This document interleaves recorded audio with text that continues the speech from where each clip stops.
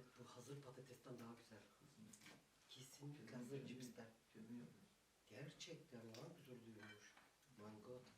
Ben hiç güzel olmaz zannettim böyle.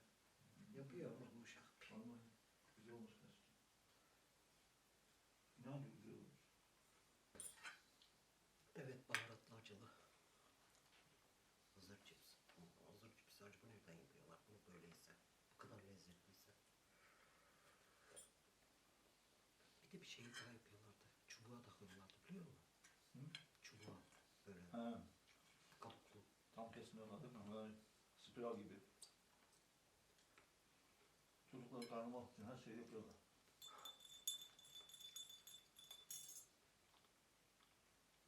Bir de kızgın yağ pişiriyorlar.